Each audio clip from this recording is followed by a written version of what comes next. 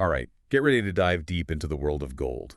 It's been fascinating to see all the articles and research you've sent our way about this precious metal.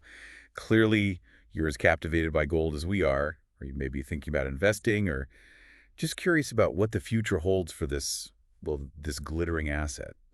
Either way, get ready for a wild ride. We've got some fascinating forecasts, a look back at gold's historical journey, and, maybe even a few surprises along the way. You know what I find really captivating about gold? It's so much more than just a shiny object. It's a story that's woven into, well, global economics, geopolitics, even human psychology. Let's unpack that a bit. I mean, we all know gold is used in jewelry and electronics and things like that. But what makes it such a superstar in the financial world? You mentioned gold being a safe haven asset. What does that even mean? Think of it this way.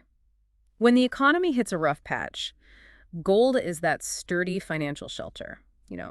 It kind of helps you weather the storm. Throughout history, gold has held its value amazingly well, especially during times of economic turmoil. Remember that article you sent about the 2008 financial crisis? Yeah. Gold prices went through the roof back then. Oh, yeah, that was a wild time. So if the economy takes a nosedive, gold is like your life raft. It keeps you afloat. Exactly. It's a powerful tool to diversify investments and potentially reduce risk. That's why, investors flock to gold when things feel a bit shaky. They see it as a way to preserve their wealth when other assets are taking a beating.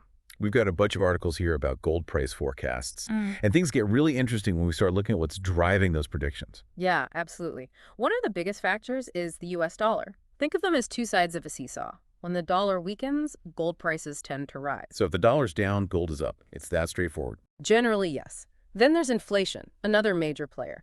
When inflation rises and prices climb, people start to worry about their money losing value. And that's where gold steps in.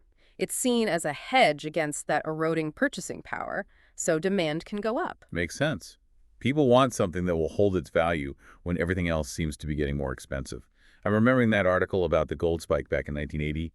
Inflation was a big factor there, wasn't it? Double-digit inflation had everyone on edge. Absolutely. High inflation, plus you had geopolitical tensions like the Iranian Revolution and the Soviet invasion of Afghanistan. Those events sent gold prices soaring. It hit a record $850 an ounce in January of that year. It's a classic example of how economic worries and global instability can make investors run to gold for safety. We also have to factor in interest rates. I'm guessing there's a connection there, too. Absolutely. When interest rates go down, gold can become more attractive to investors, especially compared to other assets that might yield less in a low-interest environment. It's all about relative value. Got it. And then there are the big players, the central banks. How do their actions affect gold prices? Oh, their decisions on monetary policy can create waves that are felt throughout the entire gold market. You know that JP Morgan Chase article you sent? Yeah. They're predicting a surge in gold prices, partly due to a new cycle of interest rate cuts by the Fed. Right. JP Morgan sees this potential surge as a reaction to a possible U.S. recession and the Fed's response. Yeah. And it's not like they just throw darts at a board. They've actually got a pretty good track record when it comes to predicting gold prices. Didn't they nail it when they predicted gold would go over $2,000 an ounce by the end of last year? Boom.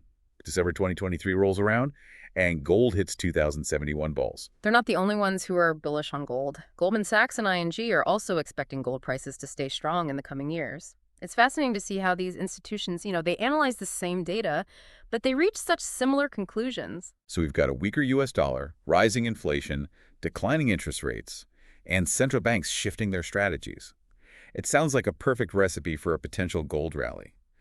But let's not forget about geopolitics. You mentioned how global events can shake things up. Absolutely. Geopolitical tensions, conflicts, political instability, anything that rattles global confidence, that can really boost gold's appeal as a safe haven. It's that classic flight to safety. When the world feels a bit shaky, investors seek refuge in hard assets like gold. It's amazing how these factors, economic uncertainty, geopolitical tensions, they're not just modern-day issues, are they? I mean, gold has been riding these waves for centuries. Let's step back in time for a minute and trace gold's price journey through history. Okay, well, if we go way back to ancient times, gold has always been treasured, for its beauty and rarity. It even acted as currency in some civilizations.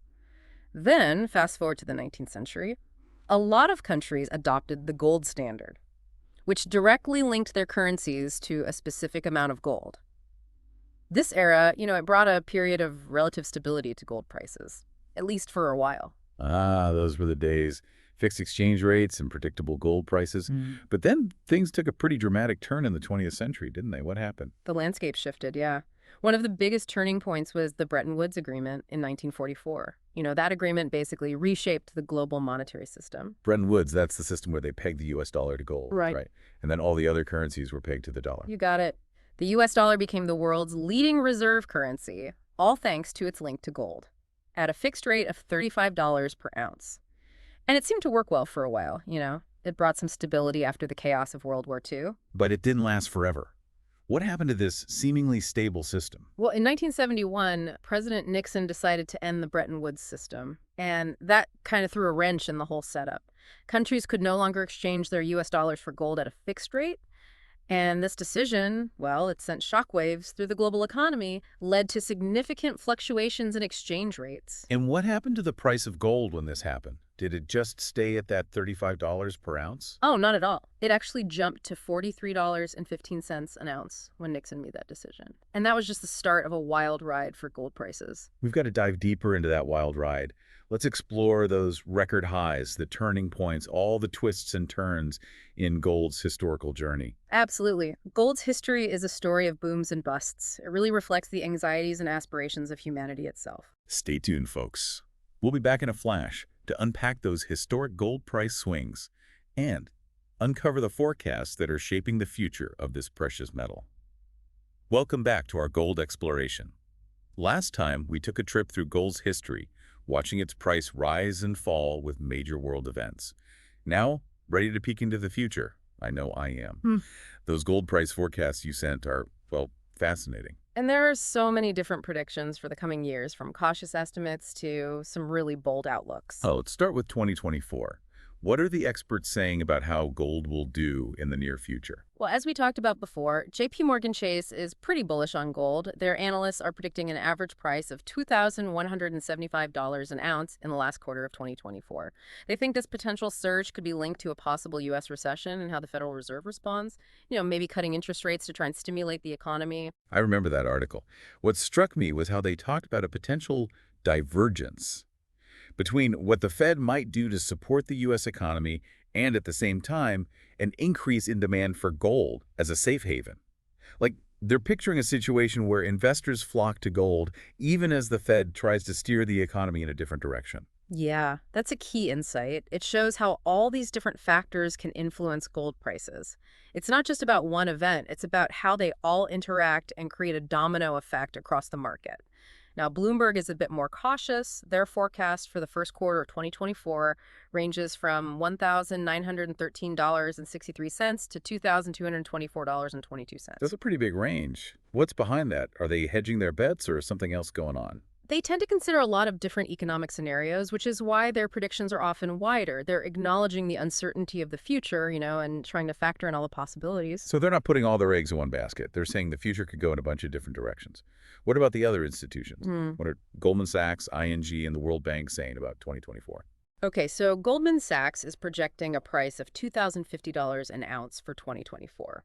They see a strong link between the potential for gold to go up and changes in U.S. interest rates and how the dollar moves. Basically, they think that if the dollar weakens and interest rates go down, gold will go up in value. The U.S. dollar and interest rates, those seem to be the constant factors in the gold price puzzle. Always in the background, influencing everything. What about ING and the World Bank? What are their thoughts on 2024? ING expects gold to stay strong, forecasting an average of $2,031 an ounce for 2024, with a fourth quarter average hitting $2,100. They think ongoing worries about inflation and geopolitical risks, like the war in Ukraine, will keep making gold attractive as a safe haven. The World Bank is a little more conservative, predicting an average price of $1,950 an ounce. So even the World Bank, known for its measured predictions, sees gold holding its own in 2024. What's been their thinking? Well, they believe that those elevated geopolitical risks and persistent inflation could make gold a good choice for investors who want to protect their wealth. It's a pattern we keep seeing, right? When the world feels uncertain, gold shines. So we're seeing different predictions, but the general feeling is that gold prices will stay strong in 2024. What happens when we look further ahead to 2025? Do things get even more interesting? Oh, they definitely do. Goldman Sachs, for example, has updated their forecast for 2025. They initially thought gold prices would stay pretty stable, around $1,970 an ounce. But they've recently bumped up their 12-month gold forecast to $2,050. That's a big change. What made them adjust their prediction? Did they find some new information? It seems like a few factors are behind this, including a potential increase in consumer demand from China and India. Those two countries are huge consumers of gold, and as their economies recover and their middle classes grow, that could translate into a lot of demand for gold jewelry and investment products. So Goldman Sachs is basically betting on the Asian gold market. What's Bloomberg saying about 2025? Bloomberg's 2025 forecast is pretty wide, from $700 and $709.47 to $2,727.94. It just reflects how unpredictable commodity markets are. Trying to predict prices over a longer time is always tough. That's a huge difference between the low and high ends of their prediction. It really shows you how hard it is to accurately forecast the future, especially with something as complex as gold. Exactly. We're talking about these intricate systems with so many variables, it can be hard to fully grasp how it all works. But even with all this uncertainty, there's one really bold prediction for 2025 that everyone's talking about. You mean that Mike McGlone prediction from Bloomberg? The one where he says gold could hit $7,000 by 2025. That's the one. It's caused quite a stir. It's a huge leap from the more conservative forecast. $7,000, that's incredible. What's his reasoning? What does he see that others might be missing? He talks about gold's divergent strength. He argues that gold has been incredibly resilient. It's gone up by 84% since 2015, even as the Federal Reserve started raising interest rates. You mean when the Fed started tightening things up, which theoretically should have made gold prices go down. Exactly. His point is that gold did well even when interest rates were rising, and that's a sign of its underlying strength. He thinks it has the potential to break away from those traditional market trends, and that the strength will continue, maybe even pushing gold to new heights. It's a fascinating perspective. It makes you think differently about how gold reacts to the economy. So we have forecasts from steady increases to a potential price explosion by 2025. But what happens when we look even further, beyond 2025? Any predictions for the long haul? Trying to predict commodity prices decades into the future is a real challenge. But there are some interesting scenarios being discussed. These long-term predictions give us a glimpse into what might happen, but you always have to take them with a grain of salt. Let's dive into those long-term forecasts then. What do the experts see for gold's future in the decades to come? Well, for 2030, $7,000 an ounce seems to be a common theme. Economist Charlie Morris, for instance, makes a strong case for gold hitting that level by 2030. In his analysis, the rational case for $7,000 gold by 2030, he argues that gold will continue to be a top asset, even though it doesn't give you traditional returns like dividends or interest. So he's basically saying that gold's inherent value as a safe haven and a way to store wealth, that outweighs the fact that it doesn't have those traditional returns. It goes against the idea that you should only invest for yield. Exactly. Morris believes that in a world that's increasingly uncertain, with geopolitical risks, economic volatility, and the potential for inflation, investors will want the security and stability that gold offers. It reminds you that investment decisions aren't just about numbers. Emotions, fear, the need for safety, all those play a role, and gold seems to tap into those deep-seated anxieties. Absolutely, and it's not just economists who are optimistic about gold. Investment analyst Jim Poplava also predicts a big bull market in gold by 2030. He points to things like changing demographics, like the world's aging population, and how global markets are becoming more integrated. Interesting points. How do demographics and globalization tie into Poplava's gold prediction? Well, he argues that as more people retire globally, there'll be a bigger demand for safe haven assets like gold.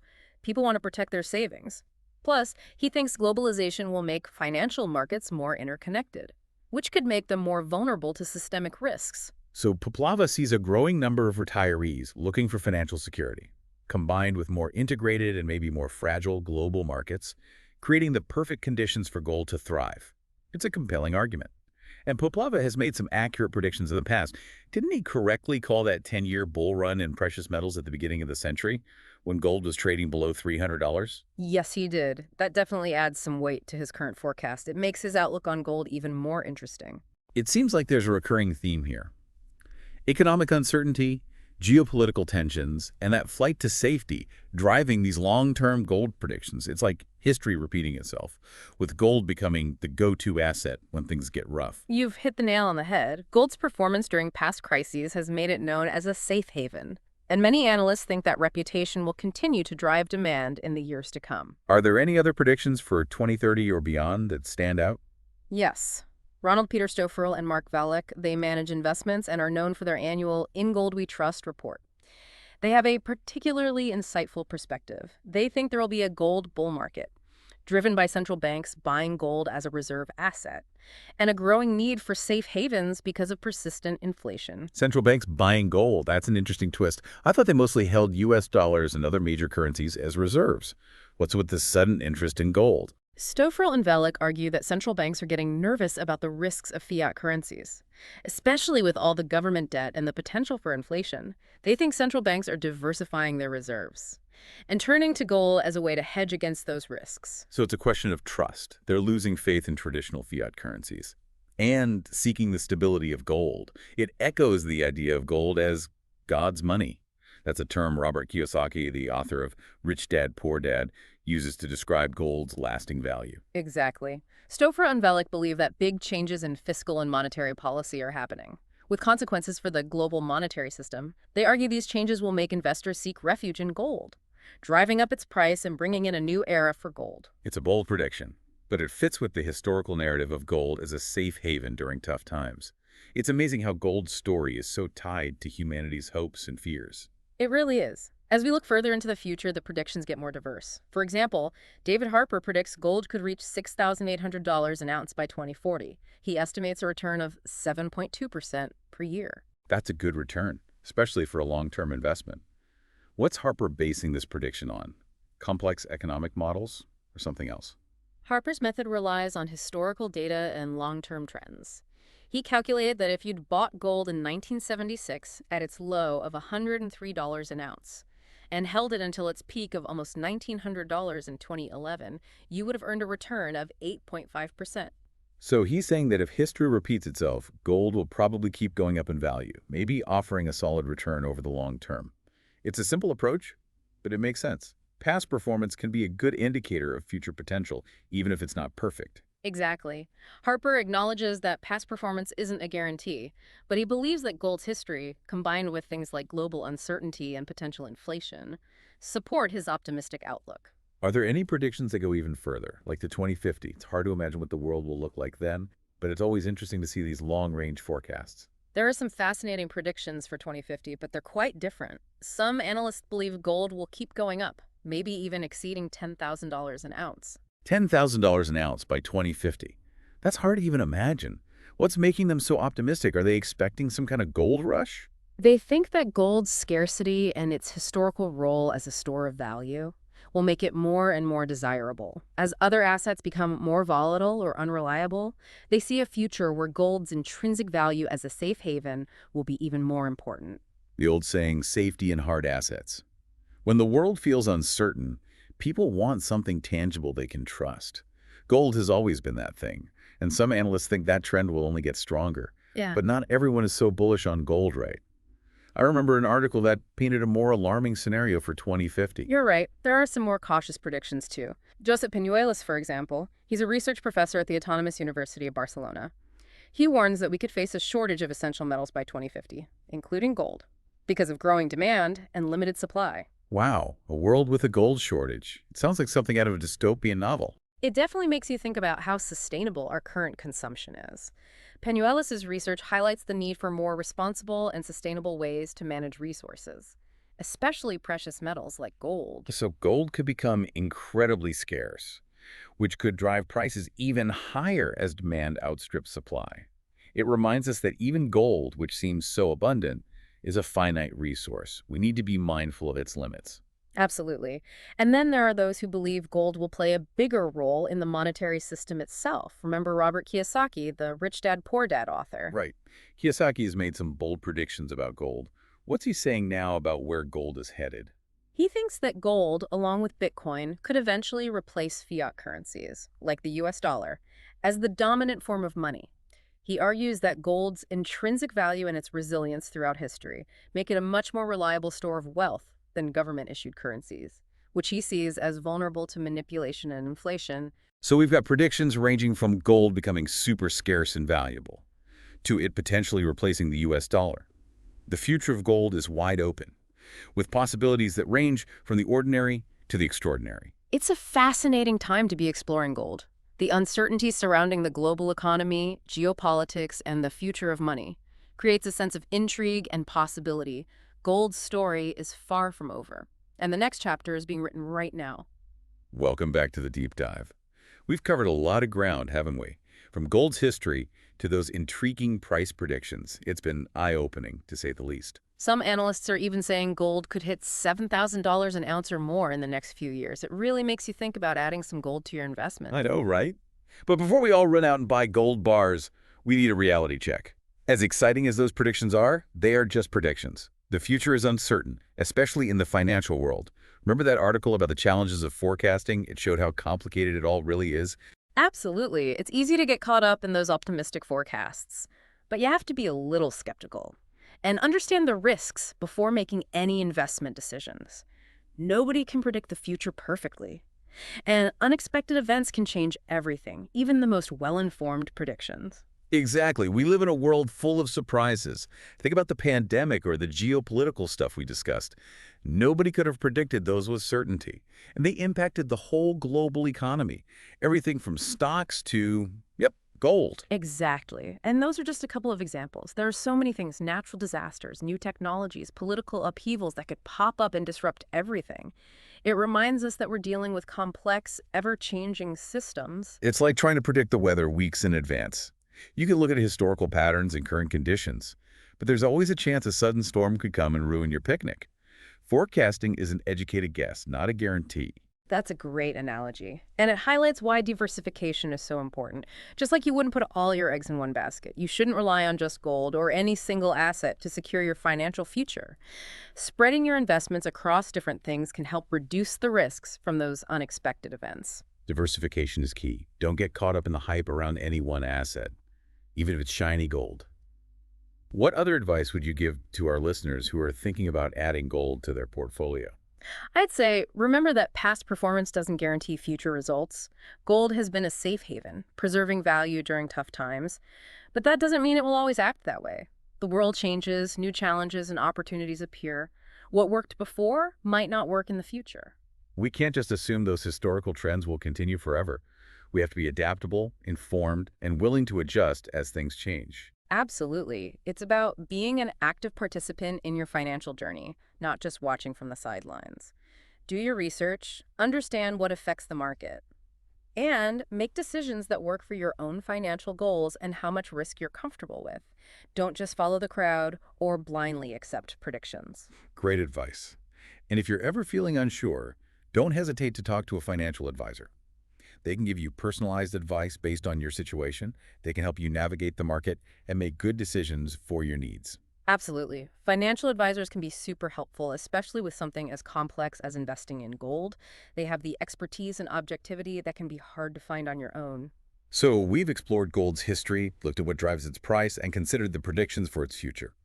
We've also talked about the uncertainty that comes with any investment, and how important it is to have a balanced perspective. It's been a fascinating exploration. We've uncovered things that challenge conventional thinking and gained a better understanding of what makes gold valuable and its role in the global financial system. It has been enlightening. But before we wrap up our deep dive into gold, one last question for you to think about. What does all of this mean for you? Is gold a glittering opportunity for your investment portfolio? Or is it a potential fool's gold trap that you should be cautious about? There's no right answer for everyone. It depends on your own financial goals, how much risk you're willing to take, and how well you understand the gold market. Keep learning. Keep asking questions. We've only scratched the surface of this complex and captivating topic. Gold's story isn't over yet, and its future depends on the choices we make today. Gold's story reflects not just the value we give it, but also the anxieties and aspirations of humanity. As we face the uncertainties of the 21st century, gold will definitely continue to play a big role in the global financial world. It'll be a journey worth watching. That's all the time we have for today's deep dive. But remember, the exploration doesn't end here. Keep those questions coming, and we'll keep diving deep into the topics you're curious about. Until next time, stay informed, stay engaged, and keep those minds sharp.